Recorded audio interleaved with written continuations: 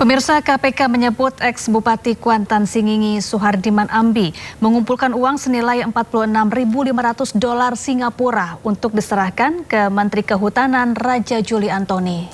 Uang tersebut dikumpulkan dari anggota operasi unit desa yang bersumber dari sisa hasil usaha.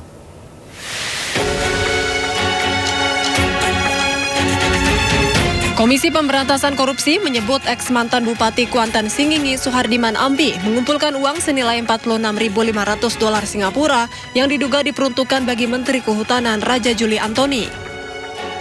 Juru bicara KPK Budi Prasetyo mengatakan uang tersebut dikumpulkan melalui perantara dari anggota koperasi unit desa yang bersumber dari sisa hasil usaha. Uang tersebut kemudian disiapkan untuk diserahkan ke Menteri Kehutanan Raja Juli Antoni, namun belum bisa dipastikan jumlah uang di dalam amplop tersebut. Tim kemudian juga menemukan adanya dugaan pengumpulan uang yang dilakukan oleh Bupati melalui pihak perantara, di mana pengumpulan uang itu dilakukan kepada KUD yang anggotanya adalah para petani. Selain itu juga pengumpulan ini diduga bersumber dari para kepala desa ataupun camat.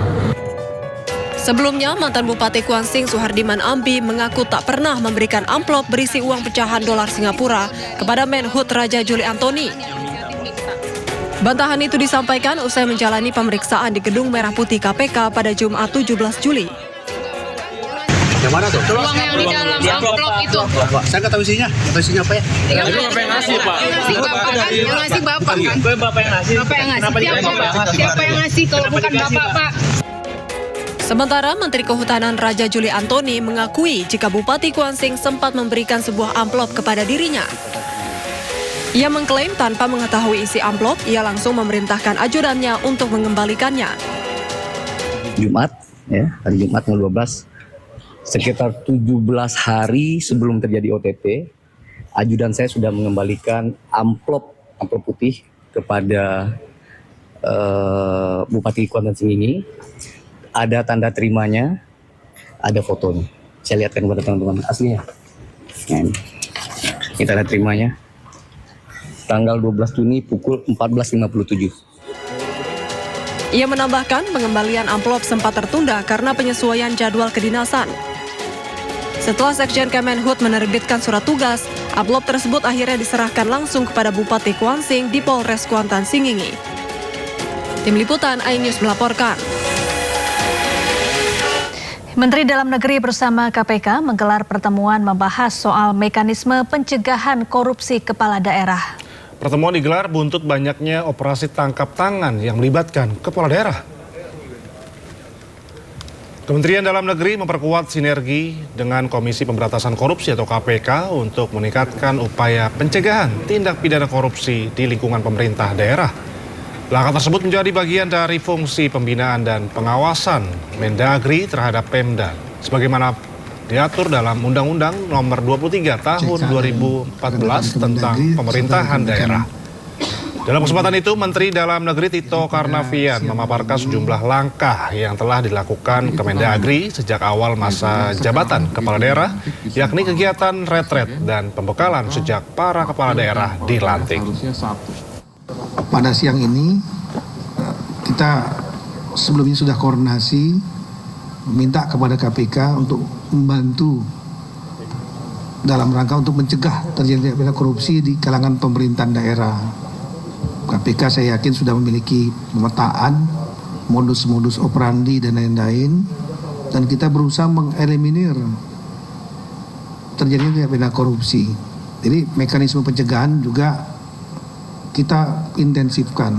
Bahwa sampai dengan bulan Juli 2026 ini, terutama pada saat pimpinan era 2024, yaitu saya dengan 4 pimpinan yang lain, itu lebih kurang sudah ada 15 kepala daerah yang kena kegiatan penyelidikan tertutup. Ya. Ya pemirsa, Kejaksaan Agung meminta maaf usai mantan Jampitsus Febri Adriansyah tampil tanpa mengenakan rompi tahanan dan tidak diborgol. Ya, padahal Febri telah ditetapkan sebagai tersangka kasus dugaan tindak pidana pencucian uang dan ditahan. tetapi ini sudah menjadi keputusan pimpinan. Saya siap menghadapinya, ya, dan saya merasa memang ini kriminalisasi. Terima kasih ya. Mantan Jampitsus Kejagung Febri Adriansyah tidak mengenakan rompi merah muda atau pink saat hendak diangkut dengan mobil tahanan ke rutan KPK. Tak hanya itu, tangan Febri juga tidak diborgol layaknya seorang tersangka. Jaksa Agung Muda Bidang Pengawasan Kejagung, Rudi Margono selaku koordinator Tim 9 mengatakan hal tersebut bisa terjadi lantaran buru-buru dan sudah malam. Padahal berdasarkan kebiasaan di Kejagung, tahanan akan dipakaikan rompi pink dan diborgol. Ya, kalau masalah rompi tadi mohon maaf, karena buru-buru juga udah malam ya. Terus yang kedua, modus operandinya secara umum, dugaan TPPU yang dilakukan oleh penyelenggara negara dalam jabatannya sebagai jaksa atau pejabat struktural selama dia menjabat mengabdikan diri di kejaksaan.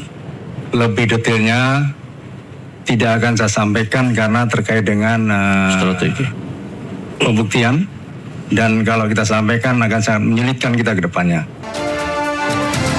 Rudi mengatakan Febri ditahan untuk 20 hari pertama. Febri ditahan di rutan KPK lantaran pernah menangani kasus-kasus besar.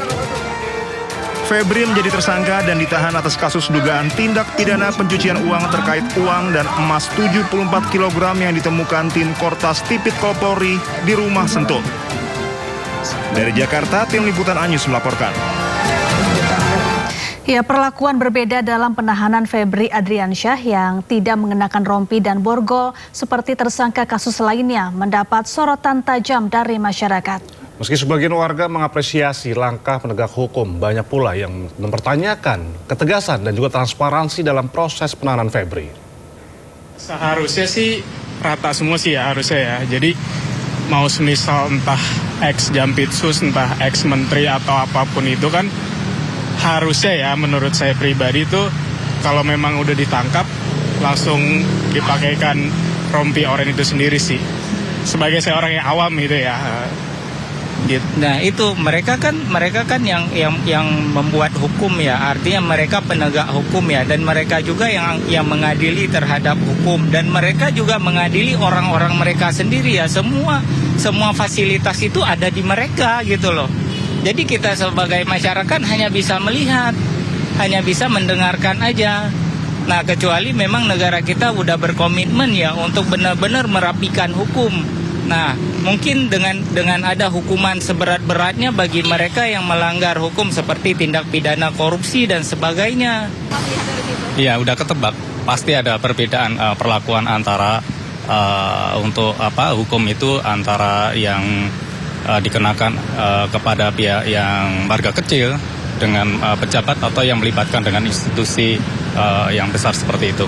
Itu aja. Karena hukum itu sebetulnya itu berlaku untuk semua warga negara, tidak memandang status, tidak memandang ini rakyat jelata atau apa, itu berlaku untuk semuanya, dan hukum itu tidak bisa dipesan.